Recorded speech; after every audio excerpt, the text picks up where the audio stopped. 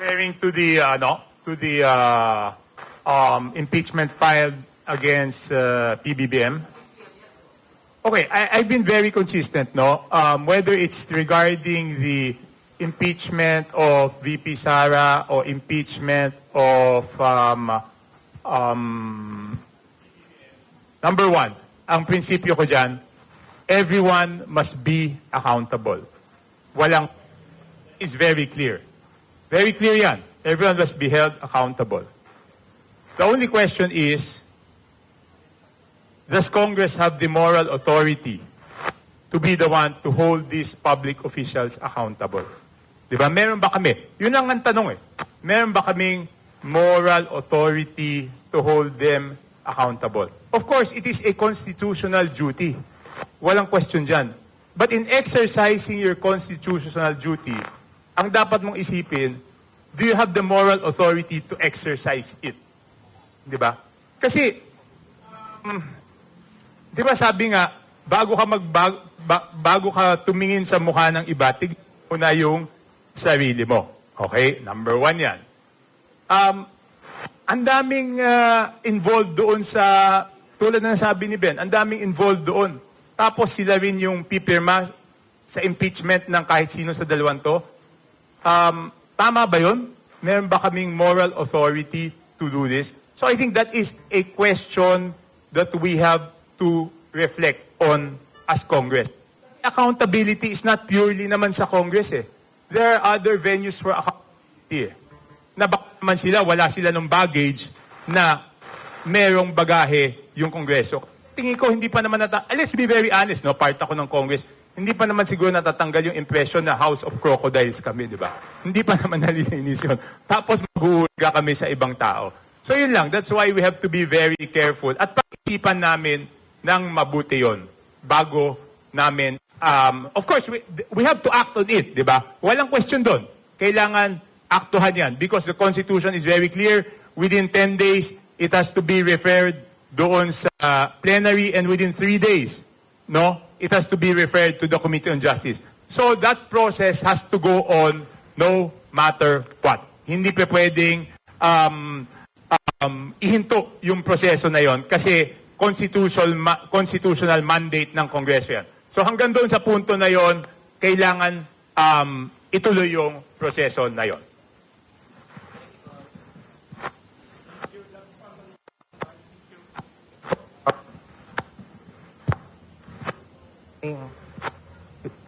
Hello. Ayan. Good morning po, gentlemen. Nico Bagsik po of DZMM. For Prosecutor General Richard Tadulyon po, sir, na-mention nyo kasi kanina si Senator Jinggoy Estrada and the public is dahil until now, parang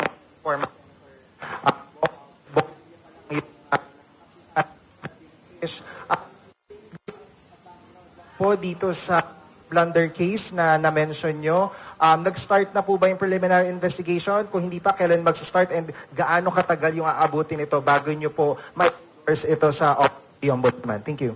Okay, yung kaso po as against Senator Jinggoy, preliminary investigation. Yung sinasabi ninyo, people are frustrated. Well, we get frustrated as well. No? I mean, we may be sitting in various capacities in government, but at the end of the day, we're still regular individuals. Probably taxes used when some of these people played in big casinos. Okay? So it's also frustrating for us. Do not think...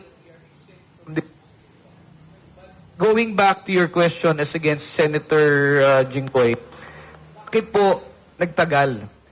Alam niyo ho, itong kaso na to, it's not an open and shut case na katulad po ng isang patayan na sinabi ninyo, may isang taong pinatay, nahuli yung pumatay, may nagturo, case closed, easy to prosecute.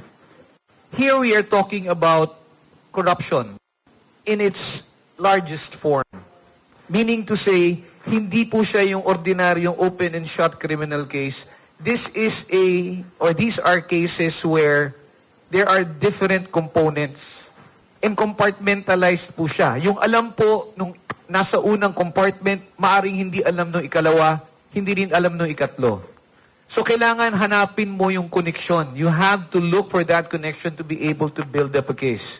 That's why it's not as easy as binanggit yung pangalan ni ganitong senador, binanggit yung ganitong pangalan ng ganitong congressman, kaso na kagad.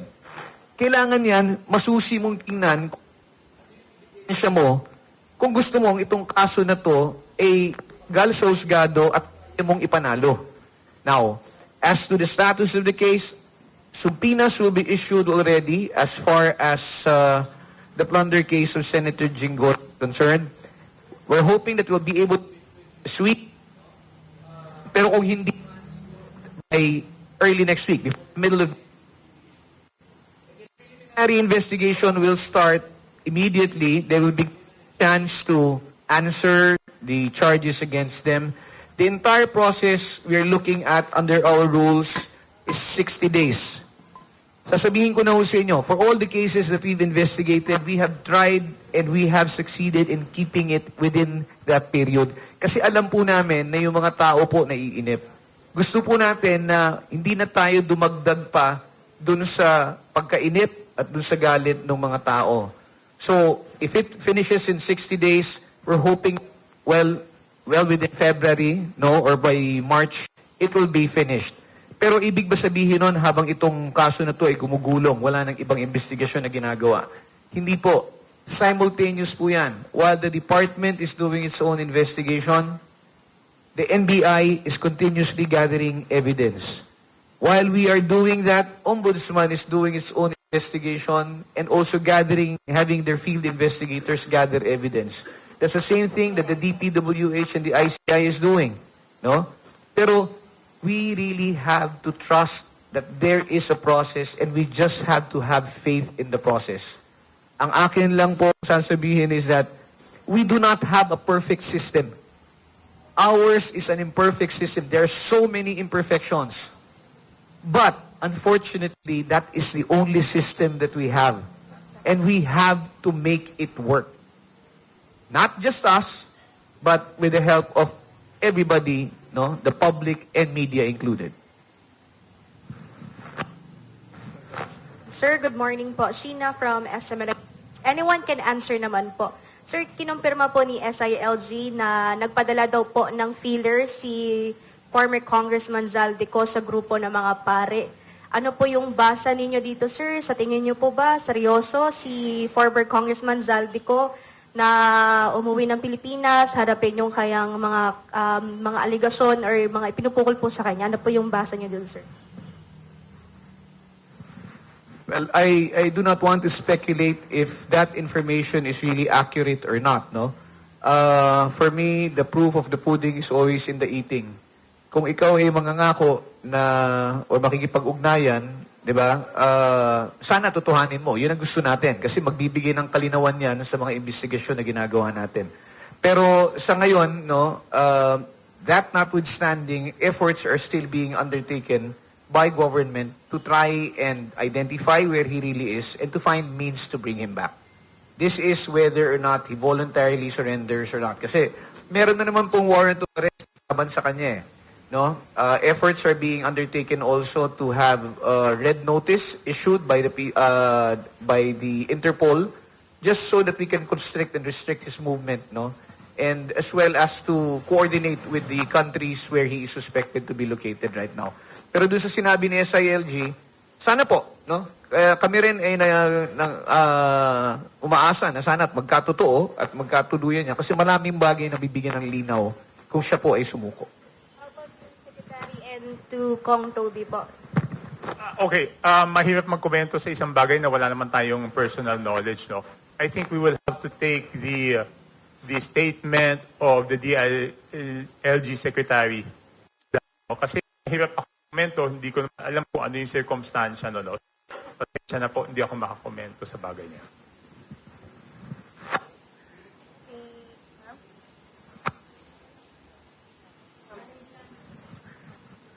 Good morning po. Naomi Almohano po from Balitang A to Z. Sa current malversation cases po ni Senator Joel Villanueva, meron po bang Bulacan congressmen din na respondent din? And nasa ang stage na po tayo or process with regards to his cases po?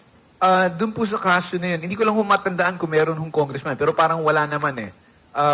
It's mostly DPWH officials no, who are charged with him. Ang kaso po ay kasalukuyan na dumadaan sa pagsusuri sa isang preliminary investigation at inaasahan po natin na matatapos na ito bago man matapos itong buwan. No? Matatapos na yung preliminary investigation so the case can be submitted for resolution na po.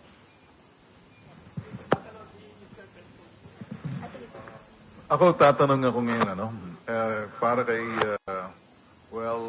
kasama natin ngayon, si Prosecutor General. Meron hong dalawang magkakapatid congressman na na-freeze na po ang kanilang asset. Ano pong appreciation doon ng inyong Department of Justice? The mere fact na na-freeze na ang kanyang asset, kung totoo man ang lumabas sa balita, ay congressman to. So, ibig sabihin, ano po yun? Sila ba isa sa ilalim, isa sa pina? May matibay ba ng ebidensya? Bakit na-freeze na pumasok ng AMLAC dito?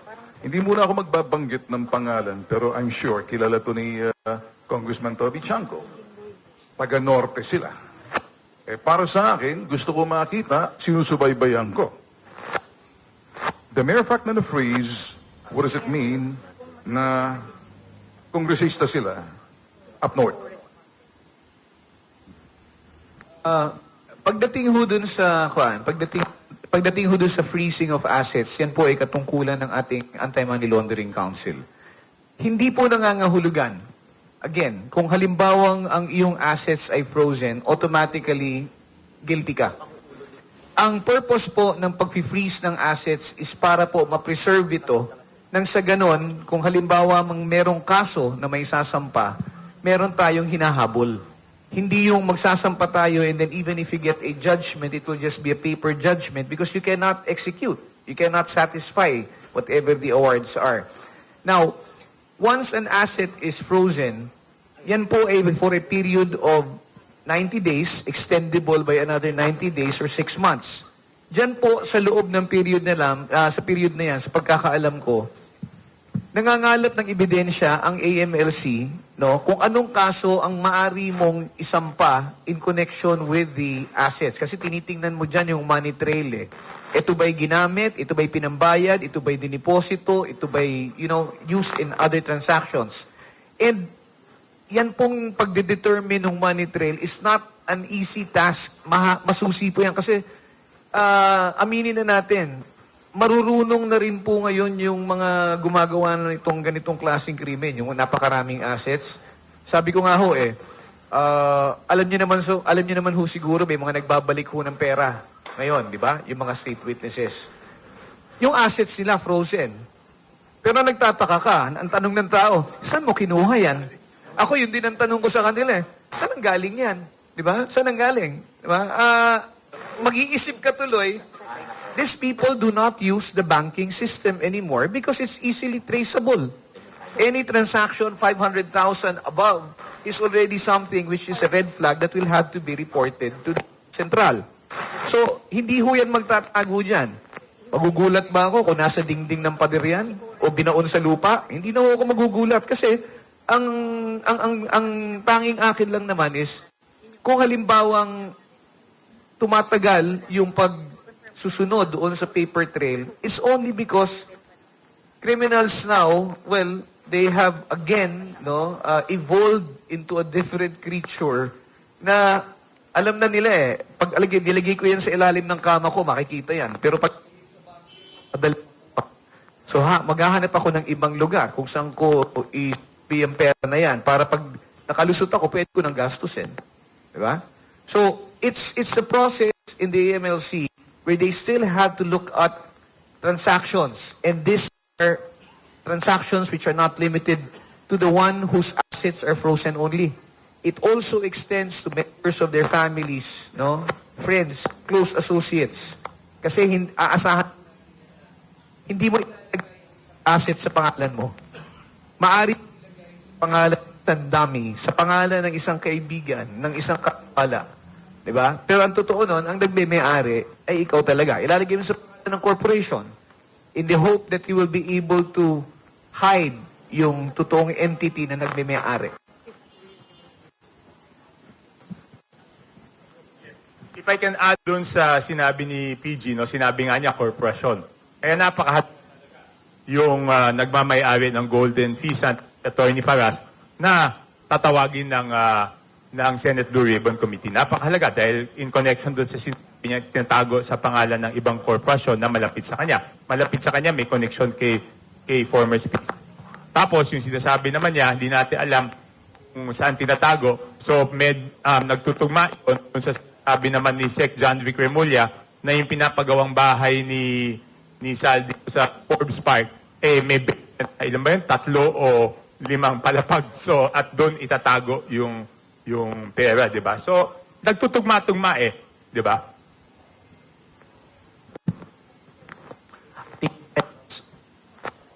G. Mendoza from 25, sir. Tanong ko lang po yung sa regarding kay hindi secretary po, meron na po ba movements? Ano then po sa kasama si Senator Jinggoy?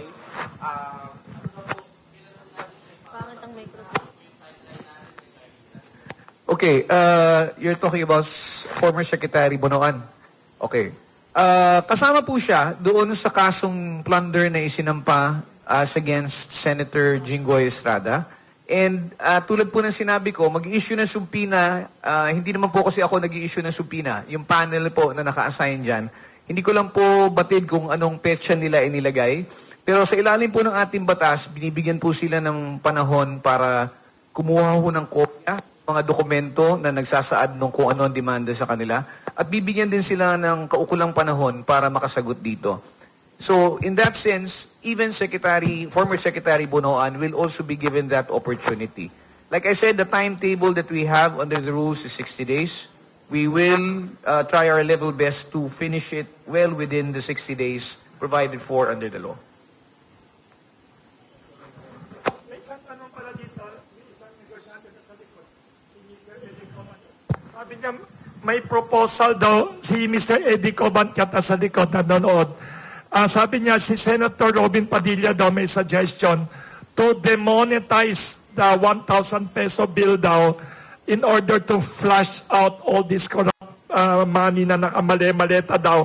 Is it a possibility? Kasi sabi ni Mr. Eddie Cobancat, ginawa na daw yan sa India and other countries to bring out and force out the corrupt cash money na mali-maleta na nakalagay sa dingding.